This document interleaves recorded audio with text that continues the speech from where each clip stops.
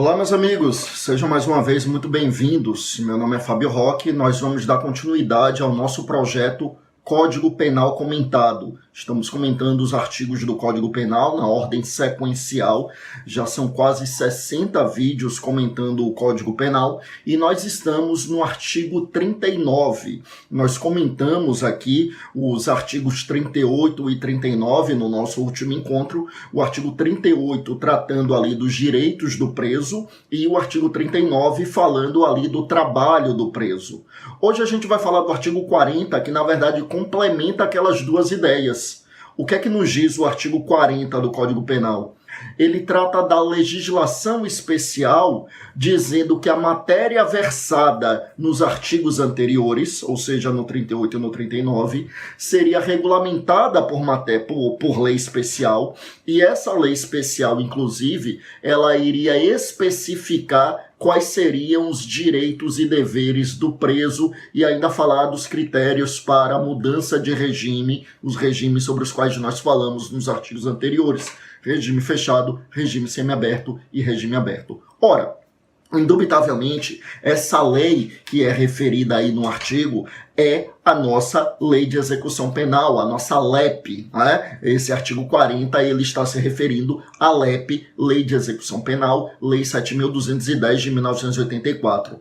Aliás, perceba que essa redação dada ao artigo 40 aí no Código Penal, ela foi dada por uma lei que foi aprovada no mesmo dia da LEP. Né? Vamos lembrar que, aliás, não só esse artigo, toda a parte geral do Código Penal, a gente lembra aqui, ela teve uma redação alterada lá no dia 11 de julho de 1984, com a chamada Lei 7.209. E no mesmo momento é aprovada a Lei 7.210, que é a nossa LEP, a Lei de Execução Penal. Então, lá em julho de 1984, houve uma nova parte geral do nosso Código Penal e houve uma Lei de Execução Penal para regular toda a matéria relacionada à execução das penas. Vale lembrar que a nossa LEP, ela revoga tacitamente toda a parte do nosso CPP relacionada à matéria execução penal. Revoga tacitamente. Então, se a gente abre o CPP, a gente ainda tem uma parte inteira tratando de execução, mas aquilo que está ali no CPP foi tacitamente revogado pela Lei 7.210, que é de 1984. Como dizíamos, meus amigos, a LEP, ela realmente regulamenta os direitos e deveres do preso, ela trata das questões de progressão de regime, de regressão de regime, trata de uma série de temas. Então é a LEP, por exemplo, que vai especificar os direitos. Eu até comentei alguns deles aqui no nosso último encontro, mas eu chamava a atenção, sobretudo, para aqueles direitos que podem ser ali, de algum modo, restringidos ou suspensos por ato do responsável pelo estabelecimento penal, pelo diretor do presídio, né? E aí eu chamava bastante atenção para isso, a questão atinente ao direito ao trabalho e ao descanso, ao recebimento de visitas, a gente chamava bastante atenção. Claro que tem um outro catálogo de direitos que não pode ser restringido ou suspenso pelo diretor de presídio, né? O diretor de presídio, por razões óbvias, não pode restringir ou suspender o direito à integridade física, à integridade moral, o direito à inviolabilidade corporal, ou seja, dele não ser submetido a suplícios corporais ou penas degradantes. Isso, evidentemente, está acobertada por uma cláusula de intangibilidade. É aquilo que Luigi Ferraioli chama de esfera do não decidível, uma reserva de direitos, uma esfera de direitos sobre a qual nem sequer a totalidade poderia decidir. Então, nem por ordem judicial, nem por autorização do diretor de presídio, nem por nada, existe uma esfera de direitos que é realmente inatingível, que é inatacável. E outros direitos que, como nós dissemos, podem ser suspensos, podem ser restringidos. Bom, em relação aos deveres, nós já citamos algum. Nosso objetivo, evidentemente, é comentar o Código Penal, então a gente não vai descer a minúcias sobre a Lei de Execução Penal. Claro que em algum outro momento, quem sabe a gente não traz aí um projeto de comentários à Lei de Execução Penal, caso seja de interesse de vocês, me dê um feedback, Porque no momento, claro, o nosso objetivo é avançarmos bastante com o projeto de Código Penal comentado e Código de Processo Penal comentado, mas o nosso objetivo é darmos continuidade aqui ao trabalho, trazendo outros tantos projetos também. No momento, o objetivo não é esmiuçar questões relacionadas à lei de execução penal, mas vale a pena mencionar algumas coisas. E nós já dissemos aqui, a título de exemplo, que o preso ele tem como obrigação o trabalho. Então, o trabalho do preso é obrigatório. Em outros vídeos nós já diferenciamos o trabalho que é obrigatório do trabalho forçado, que é constitucionalmente proibido. Mas, evidentemente, existem também outras obrigações, outros deveres, em verdade, do preso, né? Então, o dever de disciplina, o dever de tratamento urbano, o dever de cumprir as regras do estabelecimento penal. Existe uma série de regras que devem, evidentemente, ser observados. Veja que eu estou falando de regras de cunho administrativo, porque aquelas regras, aqueles mandamentos proibitivos que já são de conteúdo penal, por óbvio que aí sobreleva aí, obviamente, a importância dessa matéria, né? Bom, meus amigos, eu quero trazer aqui um instituto bem importante que não está no Código Penal, mas que tem a ver com os direitos do preso, que é o Instituto da Remissão, que se encontra lá na Lei de Execução Penal, no seu artigo 127. O que é essa remissão? Remissão aí é com cedilha, não é remissão com 2 S's. Ou seja, é remissão do verbo remir e não do verbo remitir. Remissão com 2 S's, que é do verbo remitir, tem a ver com perdão, né? Tem a ver com perdoar, com dispensar. O remir, a remissão com cedilha do verbo remir, tem a ver com resgatar, né?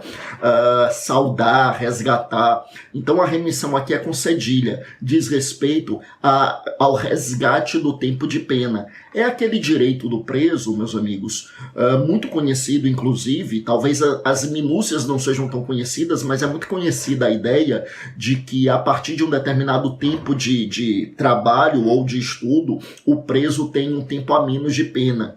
Como é essa regra do artigo 127? É que a cada 3 dias de trabalho ou 12 horas de estudo, ele tem 1 dia a menos de pena. Então, trabalhou por 3 dias, 1 dia a menos de pena. Ou estudou por 12 horas, 1 dia a menos de pena. Esse padrão de estudar por 12 horas é porque o ensino oficial que é oferecido, por exemplo, nos estabelecimentos de regime fechado, que são os estabelecimentos de segurança média ou máxima, eles têm um patamar ali de 4 horas por dia. Então, essa história de ter 1 dia a menos de pena por 12 horas de estudo é porque, no mais das vezes, essas 12 horas de estudo são também distribuídas durante 3 dias. É importante lembrar que o entendimento majoritário, seja na doutrina ou na jurisprudência, é no sentido de que esses 2 períodos podem ser cumulados. Ou seja, se um preso está ali no regime fechado, mas ele trabalha o dia inteiro, de manhã e de tarde ele está trabalhando, e à noite ele está frequentando o curso que é oferecido ali no estabelecimento penal, então ele está ali os 3 turnos, né, full time ali, de manhã e de tarde trabalhando e de noite estudando, veja que a cada 3 dias ele terá 2 dias a menos de pena. Por que 2 dias a menos de pena? Porque passados 3 dias, ele terá cumprido 3 dias de trabalho e terá cumprido as 12 horas de estudo. Então, por isso, ele cumularia aí o benefício e teria 2 dias a menos de pena, tá bom? E aí, meus amigos, a gente precisa lembrar que a regra do artigo 127, estabelecida desde 2011, é no sentido de que, se esse condenado praticar uma falta disciplinar grave, ele perde até 1/3 dos dias remidos. Veja que eu disse que é uma regra estabelecida a partir de 2011, porque antes de 2011 a regra era mais dura.